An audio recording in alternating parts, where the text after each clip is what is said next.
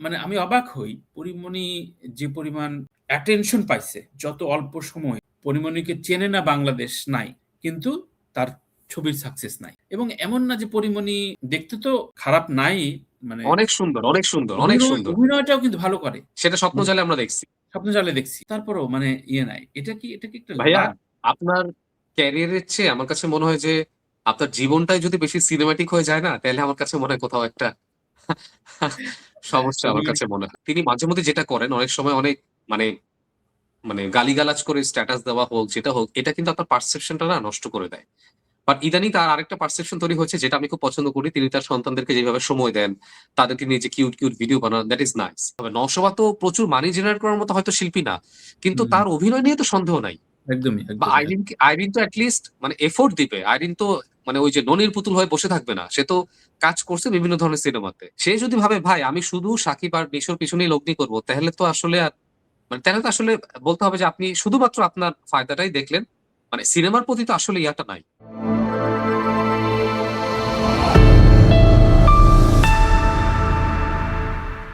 আমার একটা প্রশ্ন তোমার কাছে এবং এটা নিয়ে একটু আলোচনা করতে চাই। ধরো আমাদের ইন্ডাস্ট্রিতে অনেক অভিনেতা অভিনেত্রীরা কিন্তু ভালো কাজ করেন, ভালো কাজ করার চেষ্টা করেন কিন্তু ছবি ভালো আসতে পারে না। যেহেতু ইন্ডাস্ট্রি ছোট, ফোকাস নাই। ধরো আমি কিছু নাম ধরে বলি। আইরিন খুব লোকেটিভ ছিল। নশাবা কলকাতার ছবিতে কাজ করলো। এই যে স্ট্রাগলাররা আছে, বেশ কিছু স্ট্রাগলার আছে কিন্তু যারা এদের ফ্রাস্ট্রেটেড হওয়ারও একটা যৌক্তিকতা আছে কিন্তু। মানে ধরো অবশ্যই আছে, আরিন অবশ্যই আছে।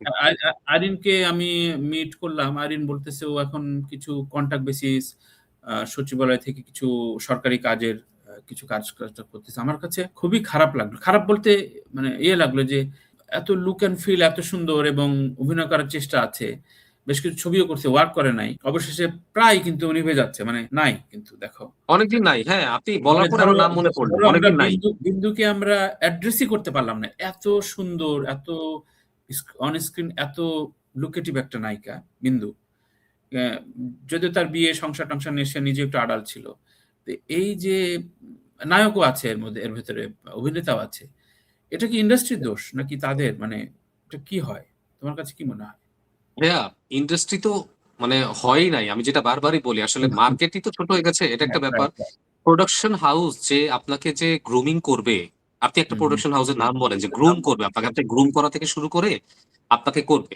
আমি যত কথাই বলি, যত সমালোচনা করি, জাজ তো অ্যাটলিস্ট বাপ্পি, সাইমন, রোজ, রোশান, অ্যাটলিস্ট ৪-৫ জনকে, সিয়াম, অ্যাটলিস্ট তো ৫-৬ জনকে অ্যাটলিস্ট গ্রুম করে তো আনছে একটা জায়গায়। মানে একটা তো বলার মতো একটা কিছু একটা আছে। তার আমার পছন্দ না হলেও তার একটা ফ্যান বেস বা তার অ্যাটলিস্ট কিছু তো সিনেমা আছে। ধরেন আমার বাপ্পিকে পছন্দ না, কিন্তু আমি তো অস্বীকার করতে পারবো না যে বাপ্পির একটা ফ্যান পেজ আছে বা হলে তার একটা চাহিদা আছে। হল মালিকটা তো মানে শুধু শুধু নিশ্চয়ই তার সিনেমা নিবে না। হুম। কিন্তু এই যে ব্যাপারটা, এইটা কোন প্রডিউসার ইয়ে করবে? প্রডিউসারকে তো সে দূরদর্শিতা হতে হবে। সে যদি ভাবে ভাই আমি শুধু সাকিব আর বিশুর পিছনেই লগ্নি করবো, তাহলে তো আসলে আর মানে তাহলে তো আসলে বলতে হবে যে আপনি শুধুমাত্র আপনার ফায়দাটাই দেখলেন। মানে সিনেমার প্রতি তো আসলে ইয়াটা নাই। এটা তো নাই। আমরা তো এই যে আমাদের প্রতি এপিসোডে ভাইয়া ওই মানে আমরা তো একটা রেকমেন্ডেশনের কথা বলি। আমি আজকে একটা সিনেমার কথা বলবো, ওই সিনেমাটার কথা এখনই চলে আসবে। কেন বলতেছি, হুম। আমি আমি অনেক বছর মানে এত সুন্দর সিনেমা দেখি নাই। সিনেমার নাম হচ্ছে ভাজা টু। হ্যাঁ, মালায়ালাম সিনেমা ভাজা টু। মানে কোথায় দেখলাম? কোন কোন প্ল্যাটফর্মে? এটা ভাইয়া জিও হটস্টারে আছে। ঠিক আছে, ওখান থেকে আপনি দেখতে পারবেন। হিন্দি ডাবে আছে। হ্যাঁ, মালায়ালাম সিনেমা, কেউ যদি ইংলিশ সাবটাইটেল দেখতে না চায়, হিন্দি ডাবে যথেষ্ট ভালো ডাব করা আছে। ভাইয়া বিশ্বাস করেন, সিনেমা দেখে আপনি একই সাথে হাসবেন এবং একই সাথে কাঁদবেন। ক্লাসের পেছনের বেঞ্চে যেসব ছেলেরা থাকে, যারা পড়াশোনা করে না, ফাঁকিবাজ, যারা ধরেন সারাক্ষণ বাবা মার মার খায় এবং যাদের বাসায় সারাক্ষণ নালিশ আসে, এরকম ৪ জন ফ্রেন্ডের গল্প। এবং আচ্ছা। তারা কিভাবে তাদের জীবনের মোড় ঘুরে কিভাবে কি হয়, তারা কতটা ঘাত প্রতিঘাত, একটা সময় বাধ্য হয় বিদেশ যেতে, সেখানে তাদের স্ট্রাগল সবকিছু। এবং এই যে ৪ জন, আমি সিনেমা দেখা শেষে জানলাম এই ৪ জনই ভাইয়া ইনস্টাগ্রামে রিল বানায়। তারা ও প্রফেশনাল অভিনেতা না। আচ্ছা, আচ্ছা, আচ্ছা। এবং প্রডিউসার তাদেরকে চুজ করছে। রাইটার বলছে যে আমার এদেরকে দিয়ে হবে। তো প্রডিউসার বলতেছে আর ইউ শিওর? বলছে হুম, হুম, হ্যাঁ, আপনি ওদেরকে গ্রুম করে আমার এদেরকেই লাগবে। এবং ভাই যে লেভেলে অভিনয় করছে, আমি যে আজকে আপনাকে বললাম, এটা না বললে আপনি বিশ্বাসই করবেন না যে ভাই এরা ইনস্টাগ্রামে রিল বানায়।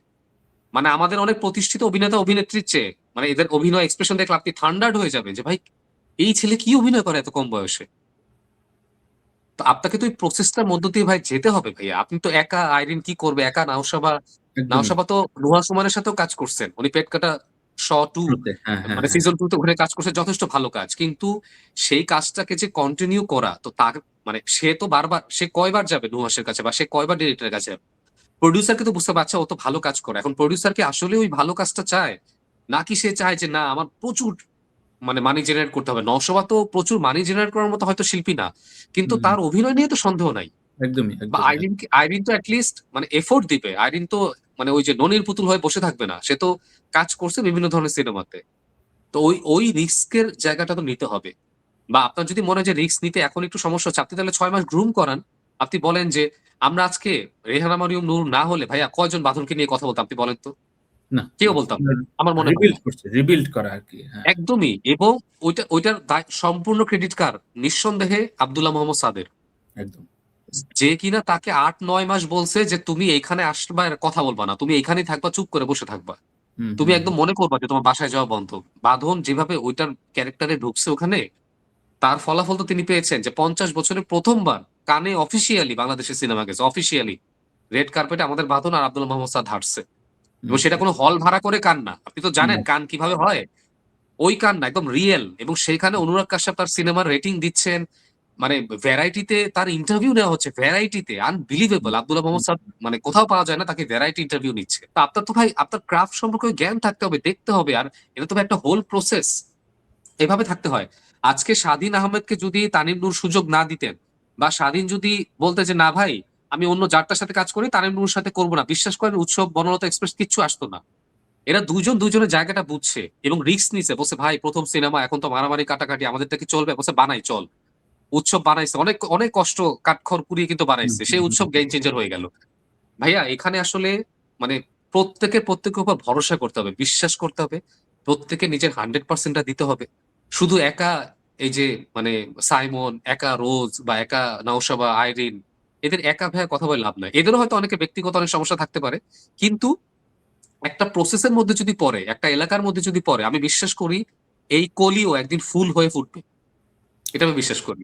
সেটাই মানে একসময় বলা হইতো যে ১ম দিকে যদি গ্লিটারি জায়গায় না আসে কোন তারকা তাহলে তার আর হয় না। মানে সে বি গ্রেডে, সি গ্রেডে চলে যায়।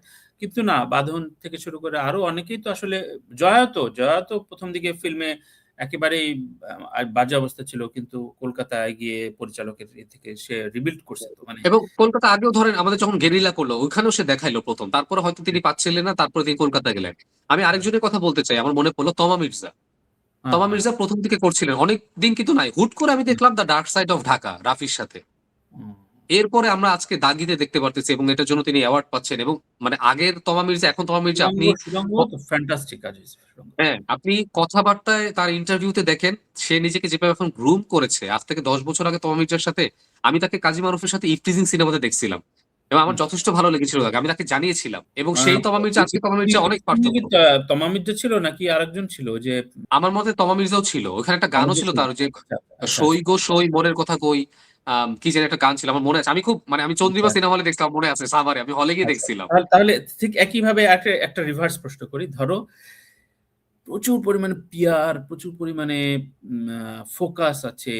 এরকম তারকা হারা যায় কেন? পরীমণি। পরীমণির মানে আমি অবাক হই। পরীমণি যে পরিমাণ অ্যাটেনশন পাইছে যত অল্প সময়ে, পরীমণিকে চেনে না বাংলাদেশ নাই। কিন্তু তার ছবির সাকসেস নাই। এবং এমন না যে পরীমণি দেখতে তো খারাপ নাই, মানে অনেক সুন্দর, অনেক সুন্দর, অনেক সুন্দর। অভিনয়টাও কিন্তু ভালো করে। সেটা মানে স্বপ্নজালে আমরা দেখছি। স্বপ্নজালে দেখছি। তারপরেও মানে ইয়ে নাই। এটা কি একটা ভাইয়া লাক? আপনার ক্যারিয়ারের চেয়ে আমার কাছে মনে হয় যে আপনার জীবনটাই যদি বেশি সিনেমাটিক হয়ে যায় না, তাহলে আমার কাছে মনে হয় কোথাও একটা হ্যাঁ, সমস্যা আমার কাছে মনে হয়। পরীমণি শোটা দেখে। জানি না কি বলব। আচ্ছা সত্যি মানে এবং আমি আমাকে সে চিনে। আমি জানি হয়তো এটাতে হয়তো করতে পারে। তবে আমি এখনো বিশ্বাস করি তাকে দিয়ে অনেক ভালো কাজ সম্ভব। আমি বিশ্বাস করি সেটা।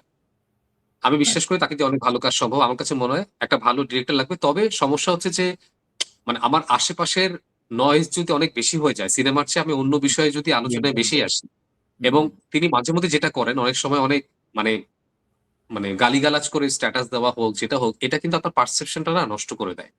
বাট ইদানিং তার আরেকটা পারসেপশন তৈরি হয়েছে যেটা আমি খুব পছন্দ করি। তিনি তার সন্তানদেরকে যেভাবে সময় দেন, তাদেরকে নিয়ে যে কিউট ভিডিও বানান, দ্যাট ইজ নাইস। কিন্তু আমার কাছে মনে হয় যে তার যে মূল পরিচয়টা মানে স্বপ্নজাল দেখে আমার কাছে মনে হয় যে খুব মানে যে পরিমাণকে হয়তো একদম সহ্য করতো না, সেও হয়তো বলতে বাধ্য হয়েছে যে না, হ্যাঁ, হ্যাঁ, এটা তাকে দিয়ে ভালো তো শুভ, এবং তিনি কিন্তু গুনিনও করেছেন, গুনিনেও কিন্তু আমার ভালো লাগছিল তাকে, গুনিন হুম, হুম, হুম। গিয়াসুদ্দিন সেলিম ভাই, গুনিনেও তিনি ভালো কাজ করেছিলেন। তো আমার কাছে এখনো মনে হয় সম্ভব ওই যে যেটা বললাম গ্রুম আপ করা এটা, এবং সবচেয়ে বড় কথা আমাকে নিজেকে বুঝতে হবে যে আমি আসলে কোনটা চাই। হ্যাঁ, আজকে ভাইয়া এই আপনার একটা সিনেমা আমি আপনাকে বলি, তামিল একটা সিনেমা, সিনেমার নাম হচ্ছে ভাইয়া লাভ টুডে। হ্যাঁ, এটা কেন বলতেছি আপনাকে আমি বলি। এই সিনেমাতে আম, আপনার এই সিনেমার যে ডিরেক্টর, তিনি এর আগে শর্ট ফিল্ম বানাতেন, এবং সেই শর্ট ফিল্ম শেয়ার দিছে হচ্ছে তামিল হিরো সুরিয়া, এবং আচ্ছা, আচ্ছা। ওইটা ধরেন এরপরে ভিউ বেড়ে গেছে। তার মানে কি তারা নতুন ডিরেক্টর বা ট্যালেন্টেড ডিরেক্টর প্রমোট করে। হ্যাঁ, আমি জানতে চাই আমাদের যারা মানে পরিমণি বলি বা যেটাই বলি, তারা নতুন ডিরেক্টর যারা আছেন বা ইউটিউব স্পেসে বলি, ওটিটি স্পেসে বলি, তাদের প্রত্যেকের কাজ কি তারা দেখেন কিনা, বা দেখলে আমি মনে করি অনেক সময় এটা হয়তো তারা মনে করে যে না আমি নিজে কেন কথা বলবো, আমি তো স্টার সুপারস্টার